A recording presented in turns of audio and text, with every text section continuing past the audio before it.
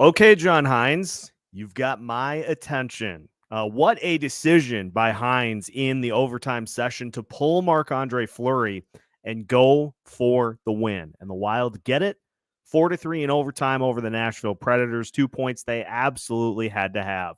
1 wasn't going to cut it. 0 was not going to cut it.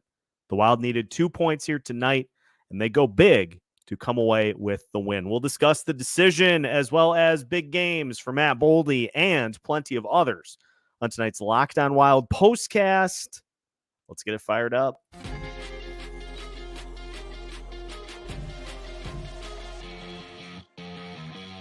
You are Locked On Wild POSTCAST, part of Locked On Minnesota on the Locked On Podcast Network.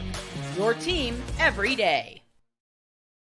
What is happening, everybody? Welcome into another Locked On Wild POSTCAST as the Minnesota Wild pick up a 4-3 overtime win over the Nashville Predators. Tonight's POSTCAST is brought to you by Game Time.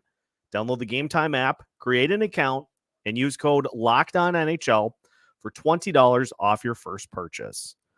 All right, right off the bat, raise your hands if you knew that if the goalie is pulled in overtime and the opponent scores, that you lose the point that you got by going into overtime.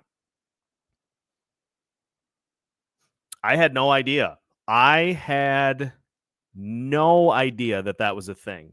And honestly, this is going to be a little bit, this was an interesting show me game for John Hines today. I got to say, I am impressed. I used the Django Unchained, Leo DiCaprio. You had my curiosity, and now you have my attention. John Hines has my attention now because that was a go for the win moment in a critical situation that you had to come away with one. And so, this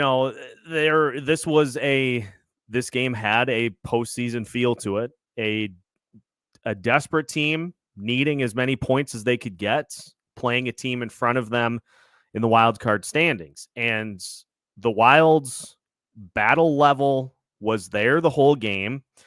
And honestly, like, I cannot stop thinking about the fact that a Minnesota head coach made a move that could have massively backfired, but did so because you absolutely have to come away with the win.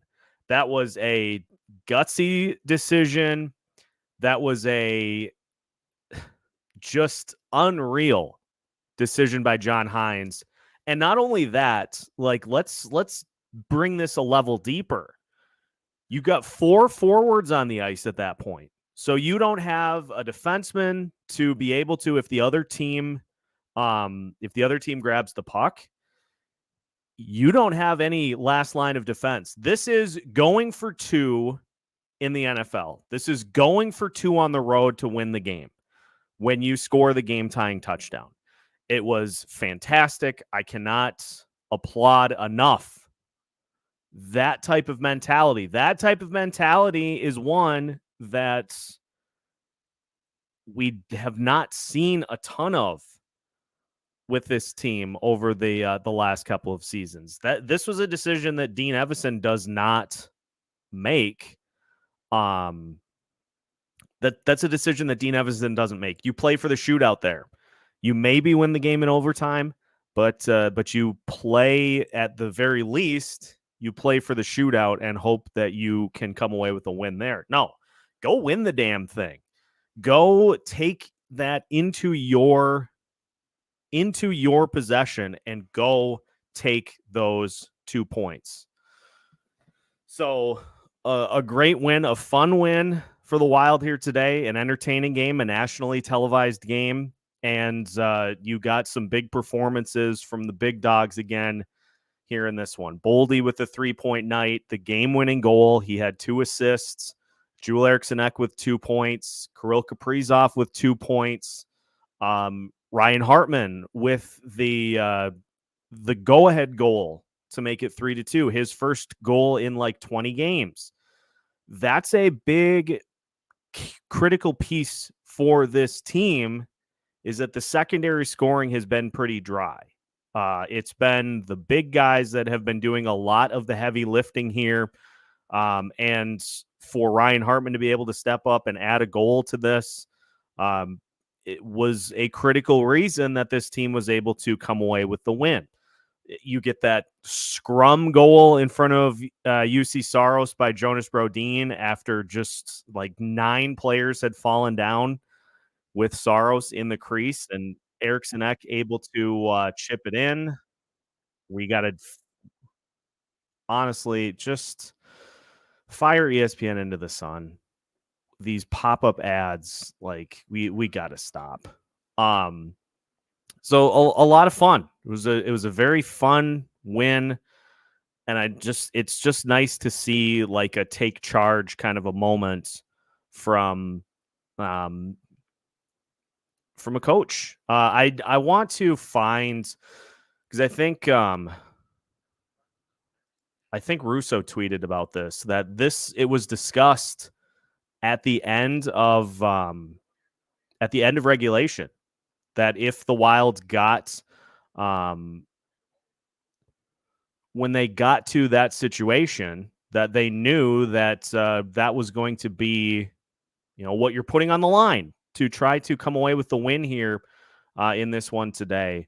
Matt Boldy said the overtime strategy was discussed after regulation. Russo said, when I told Boldy that the Wild would have lost a point in the standings had Nashville scored, Boldy was shocked. He said, I did not know that. Good thing we scored. So Hines knew. And apparently Hines told Fleury that. Another tweet from Russo, Fleury said John Hines told him he may pull him for a 4th skater after regulation. Says he'll remember this win for a long, long time. So it's just a crazy moment at the end of this game. Like, if the Nashville Predators would have gained possession, all you got to do is flick that puck back down the ice, and you end up taking both points, and you deal a pretty fatal blow to the Minnesota Wild for their playoff chances. Just some really, really gutsy performances in this one by the Wild here today. And so there's a lot to go over, a lot to discuss. We'll get to your comments. I saw John asking about Adam Beckman, so we'll talk about Beckman here. We'll talk about everything that led to this win, because there were moments in this game the Wild had the lead with about 2 minutes left to go, and the Nashville Predators were able to tie it up on a power play goal. And at that point, you're kind of like, here we go again. And just a very, very gutsy call by John Hines to go get that win. That's the big takeaway here, is that John Hines decided it's time to just go win the thing. Like, just go get it. Go get the 2 points. So I'm going to give full credit for that. I'm going to give full credit for that decision, because this team is in the fight of their lives for, if there is going to be postseason this year, they got to have every single point. And so credit to John Hines for going an extremely unconventional and risky route and having it work for the Minnesota Wild here today. So that's my 2 cents on what we saw. It was a fun game back and forth, and it was fun to see the Wilds step up their battle level the last 2 games against the Colorado Avalanche and the Nashville Predators. These last 2 games, the battle level has met the challenge. They have been ready to play for these 2 games. And not to say they weren't against Arizona. I mean, you beat the Coyotes too on the front end of a back-to-back. But these are the measuring stick games, is these games against Colorado, these games against Nashville. And the compete level, the battle level, the intensity, these last 2 games has absolutely been there. So credit to the Wild for that. Credit to them for going toe-to-toe with a Nashville team that has been on just an unbelievable tear.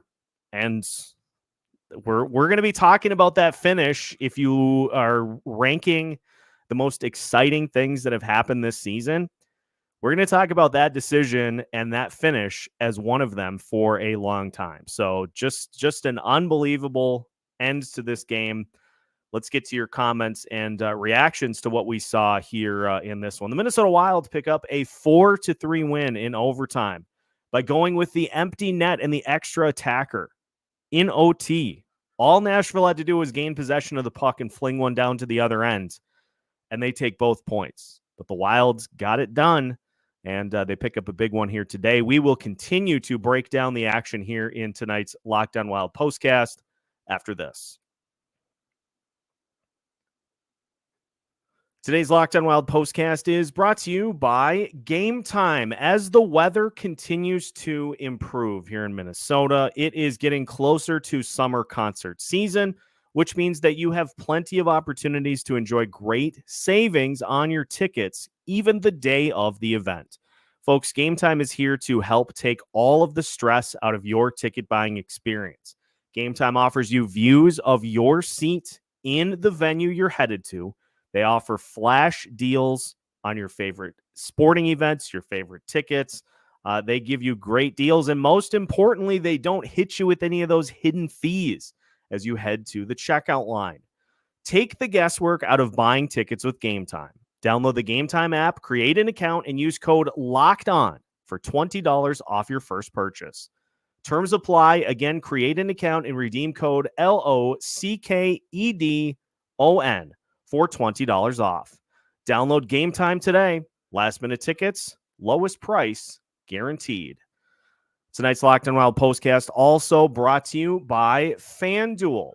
Say goodbye to busted brackets because FanDuel lets you bet on every game of the NCAA tournament. Whether you're betting on a big upset or a 1 seed, it's time to go dancing on America's #1 sportsbook. Right now, new customers get $200 in bonus bets if your first $5 bet wins. That's $200 to use on point spreads, money lines. You can even pick who's going to win it all.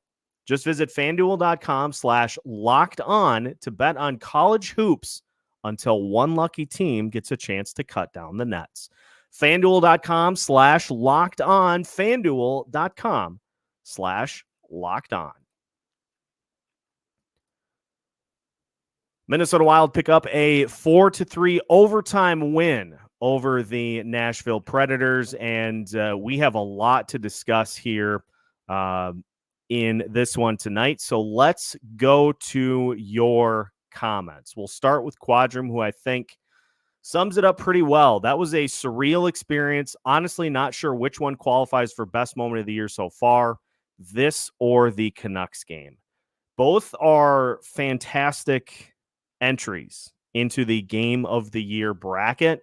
I may give a slight edge, though, to Vancouver because of the number of goals it took for them to get back into the game. This was an outstanding one, being the game winner. But the fact that the Wild were down at that point in the game 5-3, and then all of a sudden, next thing you know, it's 8-5, that probably gets the slight edge, but still, both are very, very worthy. That was a bold strategy, Cotton, and it paid off big time for the Minnesota Wild. John Hines for president. Honestly, I know we have some gripes. I know we have some gripes with how the lineup's been handled, how players have been pushed lower in the lineup for particular things. But this, honestly, as much as I've griped, as much as I've complained about particular things, I was impressed. I was impressed by John Hines going and saying, we are going to win this right here, right now. We're going to win this game right here, right now. We need it, and we're going to do whatever it takes to come away with the win. It's just not something that we would have ever seen from Dean Evason as head coach over the last few years. Even when things were, clicking on all cylinders, we just didn't see a lot of those in-game tactical adjustments that John Hines has regularly deployed as head coach of this Minnesota Wild team. And so full credit to Hines for doing something that honestly I don't think Nashville even anticipated was going to be on the radar. Full credit to him for making that decision, and full credit to the Wild for capitalizing on it. Matt Boldy picking up the game winner, and for two critical points at this point in the season. That shot is how high Boldy's ceiling is in high stakes situations. Needs to play better, and he will be our number 2 superstar. Like that is a very accurate assessment of Matt Boldy too. Is like it's in there. The capability to be that guy is in there. They're just he's got some things that he just needs to work on for his overall game. And at 22, the hope is for the Minnesota Wild that he will continue to do that here over these next few seasons. Really polish that game, really be able to more consistently hit these levels of performances. And when he does that, he's going to be a monster. I mean, he's got 24 goals right now. Just looking at his pace for the season, he's on pace for 63 points. He is just under 30 goal pace right now, although today's game has not been factored in as of yet. So I'd imagine he's back on 30 goal pace with 18 games to go. So, you know, if Boldy continues to work, continues to build, he's got a good future for this Minnesota Wild team. Amanda thought it was a ballsy call and didn't know they forfeited that point when they pulled the goalie. There were a handful of people in here that knew.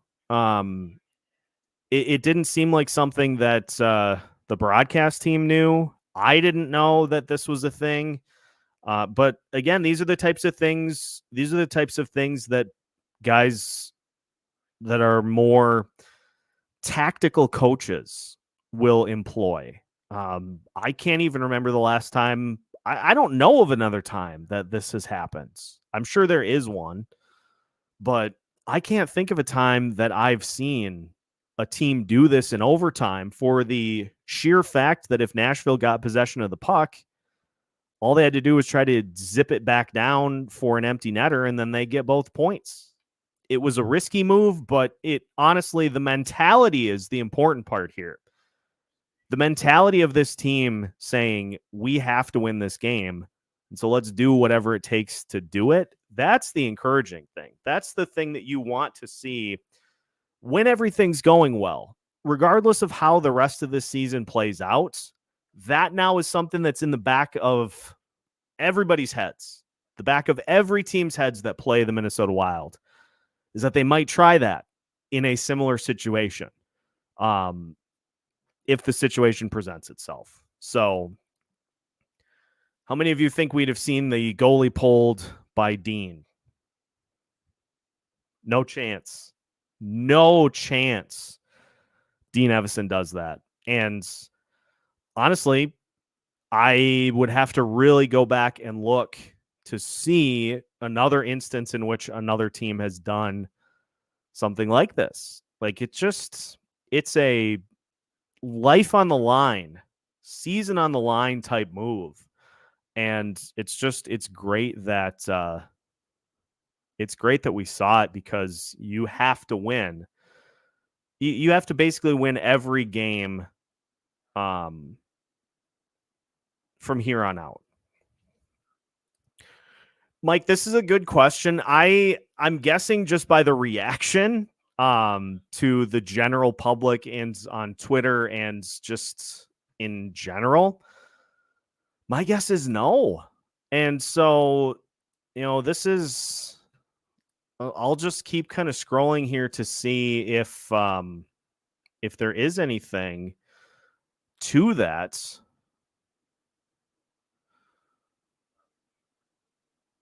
Let's see. Here's something that Jesse Pierce has. Here's a tweet from Jesse. What did Ryan Hartman think of the OT move? Quote, I love it. Notes that since 3-on-3 was implemented, teams have learned to play against it and play a more conservative defense. Said he tossed this idea out in the locker room banter, in fact, after hearing some teams in the KHL are doing it. So clearly John Hines knew that this was a thing, but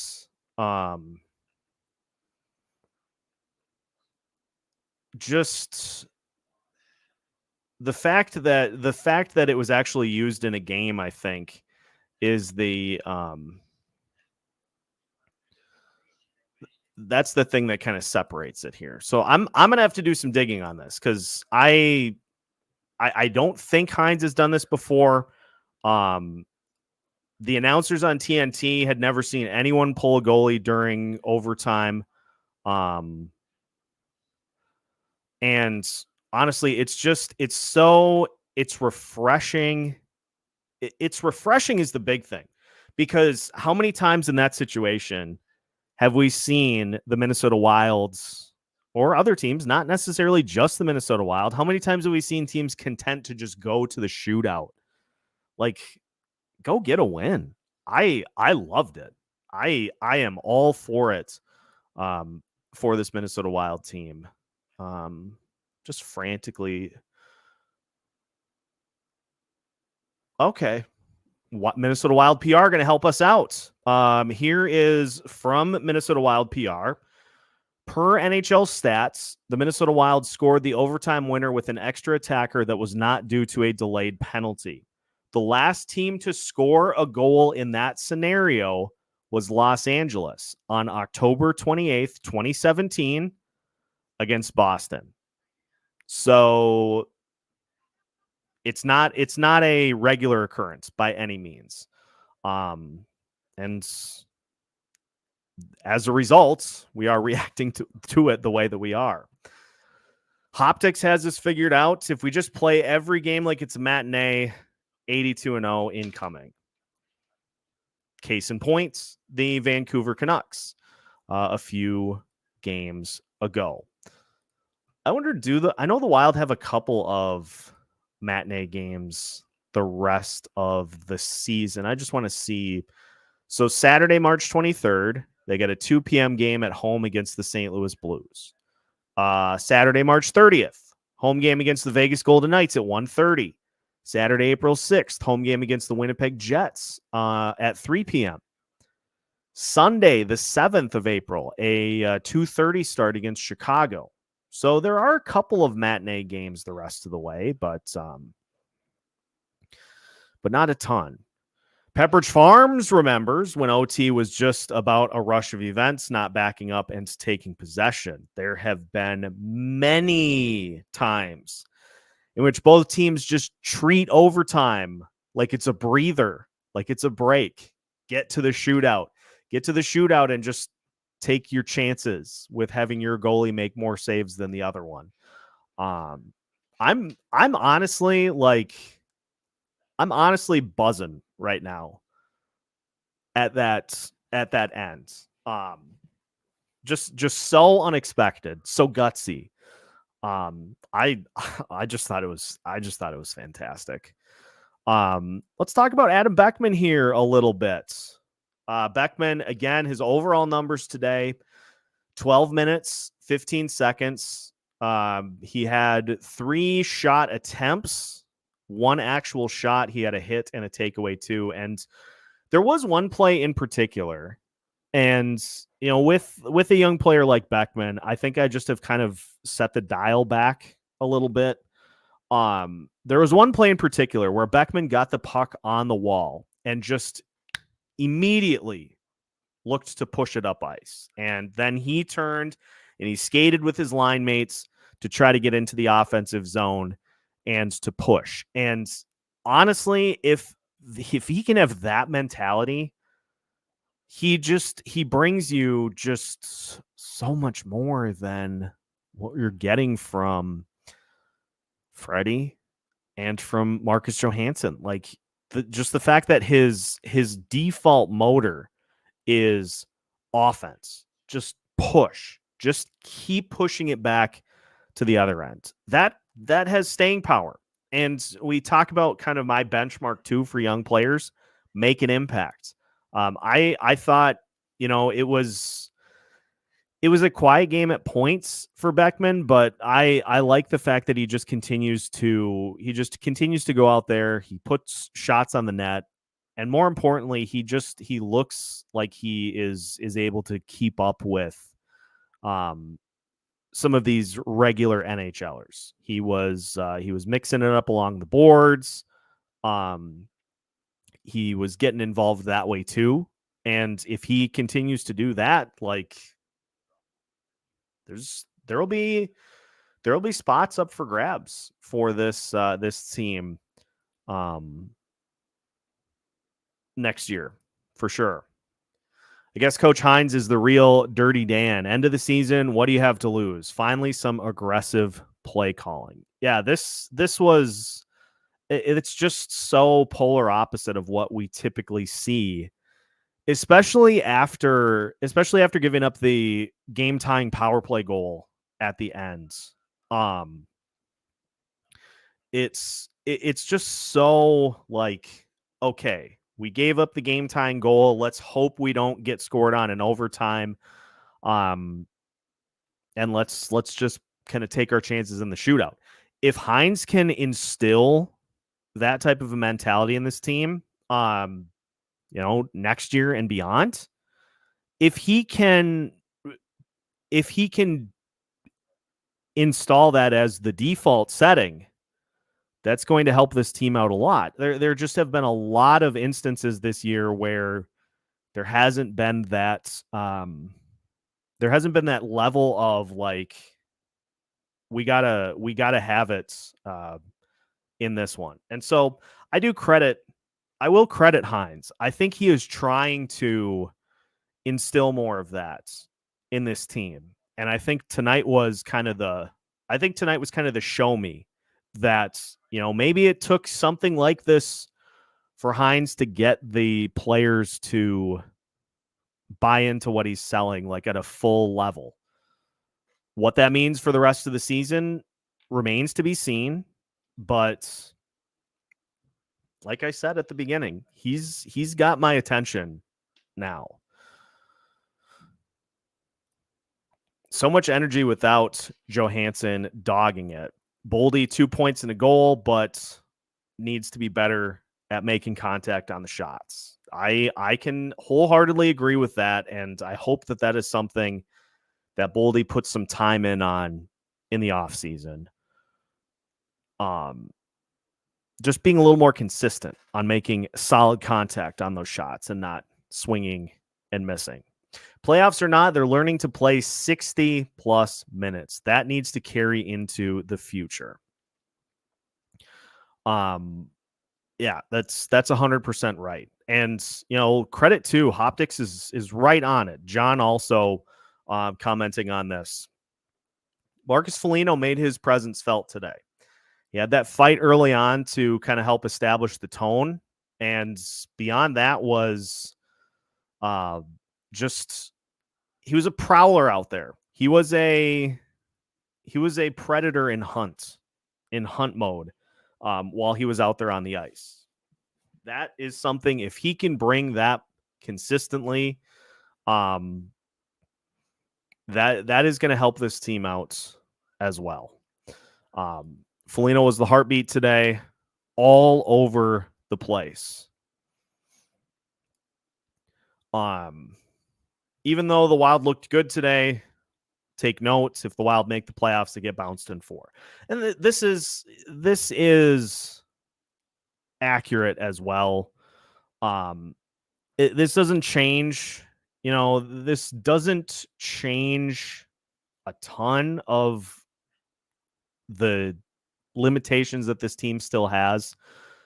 But what it, I think, does is it gives you some encouragement going forward that, we're starting to see some of these themes going into next season, looking to the future, seeing what you've got with some of these prospects.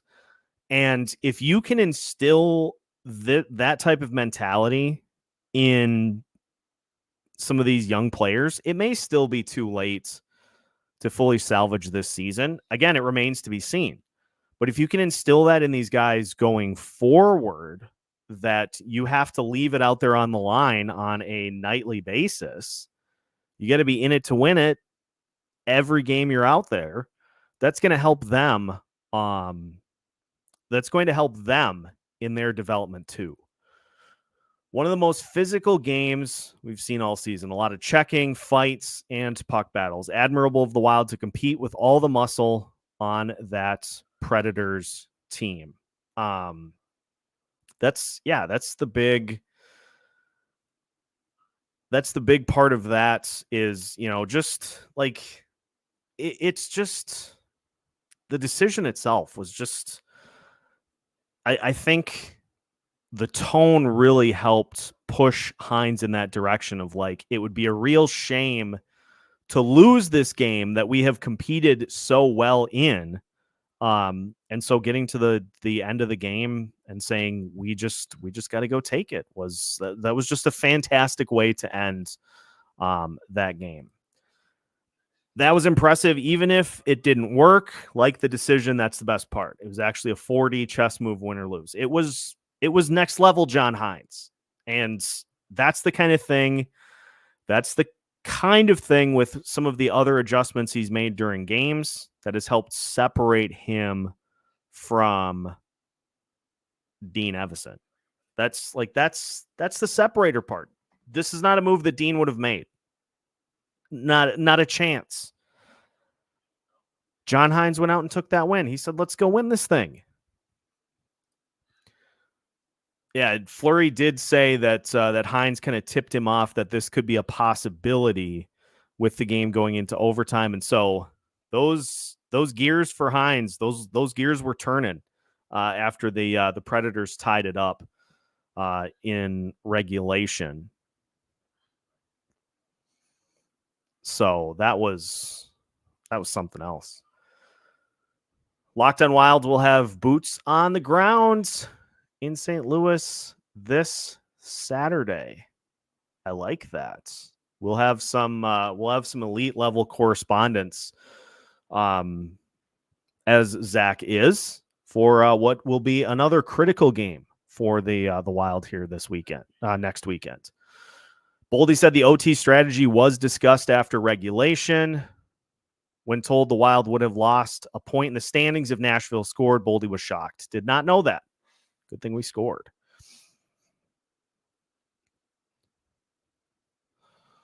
Let's just see here.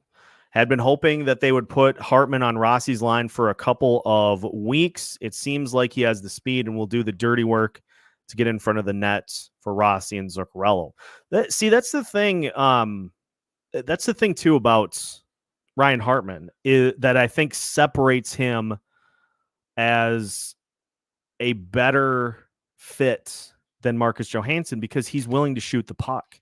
Like, he's willing to shoot the puck. He's willing to mix it up in the dirty areas. And so while ultimately on like your ideal team, Hartman may be more of a third or a fourth line guy, he just, I think, is a better fit for those two. And so I hope when Marcus Johansson comes back, I haven't seen anything. I haven't seen any updates on his status either, by the way. Like, leave this second line alone. They're starting to get some things going. So just let him marinate here a little bit. Top line needs 2 practice items every practice. Number 1, aiming shots and winning faceoffs. It is interesting because what was Eriksson Ek here today? He was 6 of 20 in the faceoff circle, or actually, no, that was Freddie Gaudreau. I am sorry. Joel Eriksson Ek was 9 of 17. Freddie Gaudreau was 6 of 20 today. Yuck. Nashville is a pretty good face-off team. And Ryan O'Reilly took 20 himself. He went 13-7. There are some instances in which the results are just majorly lopsided, but Eriksson Ek is usually pretty solid in the faceoff circle. So I do agree, though. I think the Wild need to be a little more consistent in the circle, but and accuracy on shots would be nice. Would be very nice. Calling it. We will be seeing Murat Tuesday and or Thursday.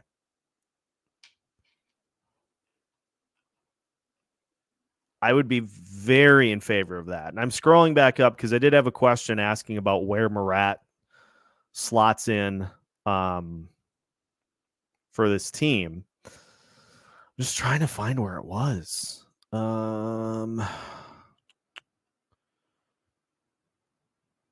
Like I literally just saw it. I just want to give credit to who asked.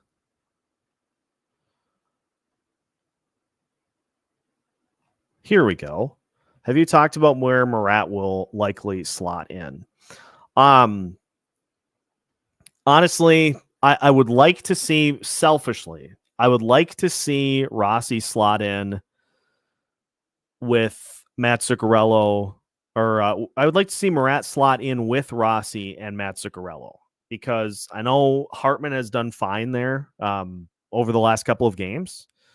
And you don't want to necessarily demote a guy who's playing well, but I would like to see him play at wing a handful of times. I would like to see him play at center. I also would like to see Adam Beckman stay in the lineup. So I don't want to say take Beckman off the third line, put Kuznetsov there, and bump Beckman down to the fourth line. I want to see Adam Beckman still get an opportunity to play with Murat in the lineup. Maybe you go Rossi, Beckman, Kuznetsov for a couple of games just to try it too. I would be fine with seeing Kuznetsov bounce around in the lineup. But the big key is I just need to see him play. I want to see him get requisite opportunities to play and to play meaningful roles, not just play the fourth line, play 8 minutes, 48 seconds like Vinny Lettieri did, play 8 minutes, 9 minutes, 27 seconds like Jake Lucchini did. I want to see a requisite opportunity to go out there and do something here tonight going forward.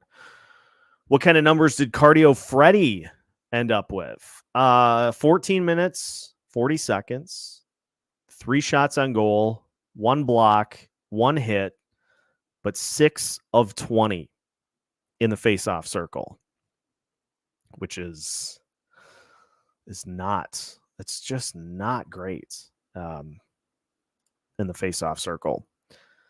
Cinerary, they have to go 14-3 down the stretch. Yeah, you basically have to win out and hope that the teams in front of you don't simply go 500 to get yourself in. It's a monumental mountain to try to climb. And even if you finish at 13-4, 12-5, it's still probably not enough. So that is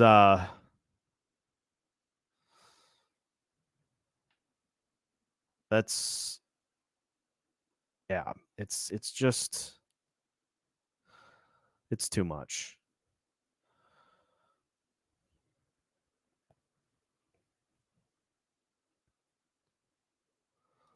Yeah, Denny is correct here. Beckman looked the part. I think again, let him build off of what he's done, and just keep throwing him out there. Even as much as I want to see As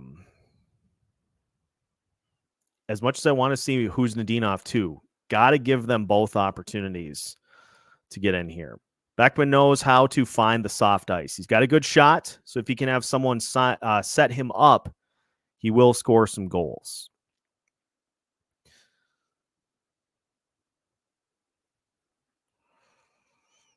Just catching up on the comments here.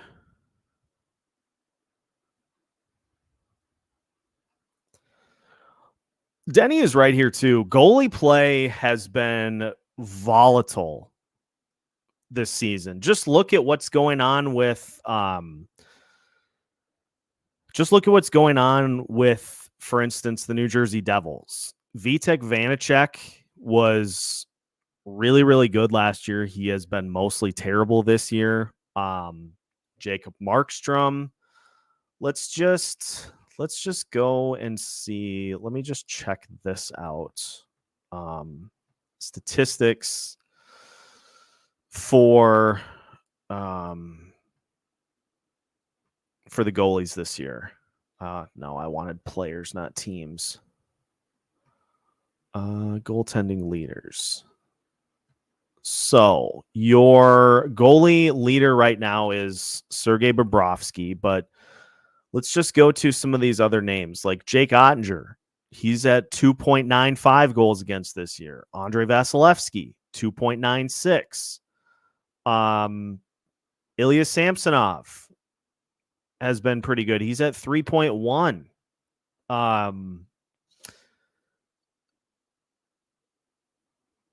There are a lot of goalies who have been really solid in the past that are just kind of struggling this year. So it's very up and down. Goaltending is very up and down. And like we just have to, hope that Gustafsson gets himself back on track in the off season. That's got to be the hope, but he does have some things that he needs to work on in the off season. His positioning and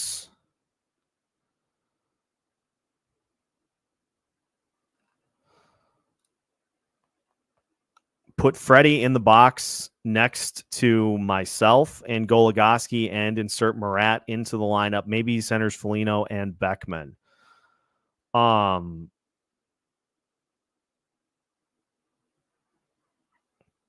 be fine with that. I think we have the book on Freddie Gaudreau at this point in the season, and Denny, I'm working on it. I gotcha. I'll get it to you. Please just bear with me. It's been mentioned here. I've seen you comment it like 10 times. I got you. Just let me roll through the rest of the postcast here. Please and thank you. The new goals against average is definitely on the uptrend. The new average will be something like 2.9 to 3+ going forward. Goals are trending up, continuing to trend up. That's what the league wants. That's what the league wants, is a lot of scoring and more goals. And they're going to do whatever they need to in order to make that happen. So it's goaltending is volatile. That's the main point to take away from there. I think I'm caught up on comments. So offense and goals sells tickets and gets better TV ratings. This is accurate. This is very accurate.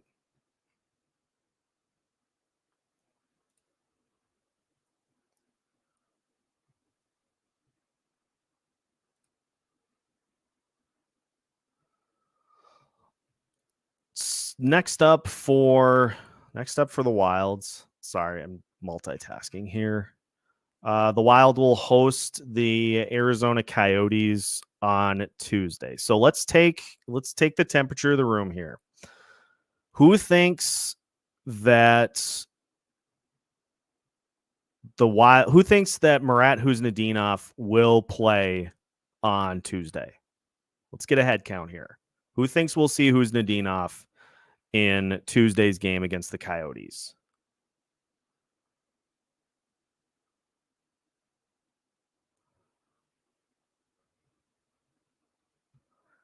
All right. Marat Tuesday. Marat in. Yes. Think he will.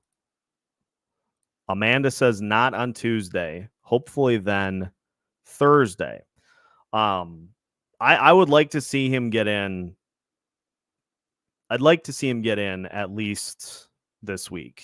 Tuesday is probably the easier one because actually, you play the Anaheim Ducks on Thursday. So it could be either way. I hope this isn't the case, but it's certainly trending that way. That it's going to be Beckman that comes out. I don't want to see that. I'd like to see Beckman continue to play, but that's probably what's going to happen.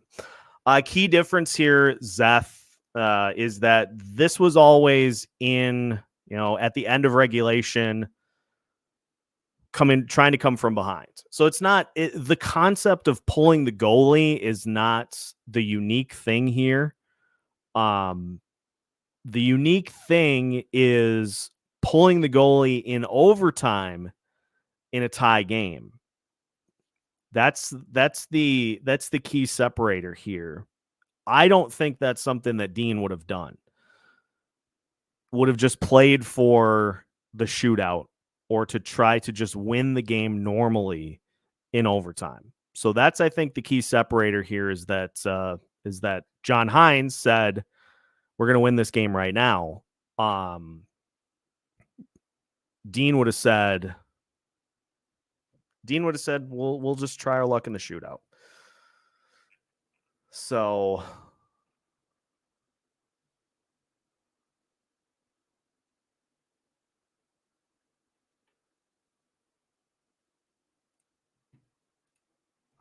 yeah. I think I'm going to call it a wrap here for today. Remember, we've got Alex coming up for tomorrow's episode. So make sure to join us for that. Make sure to hit the like button here before you hop out for the night. Yeah, it's looking Hoptics like 14-3 is probably going to have, like, that's what you're going to have to do. The problem is that you have to hope then that the other teams that you're chasing do 8 points worse than you in that same stretch.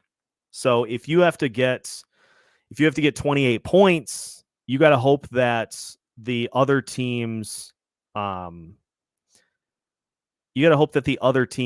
are at like 19 or 20.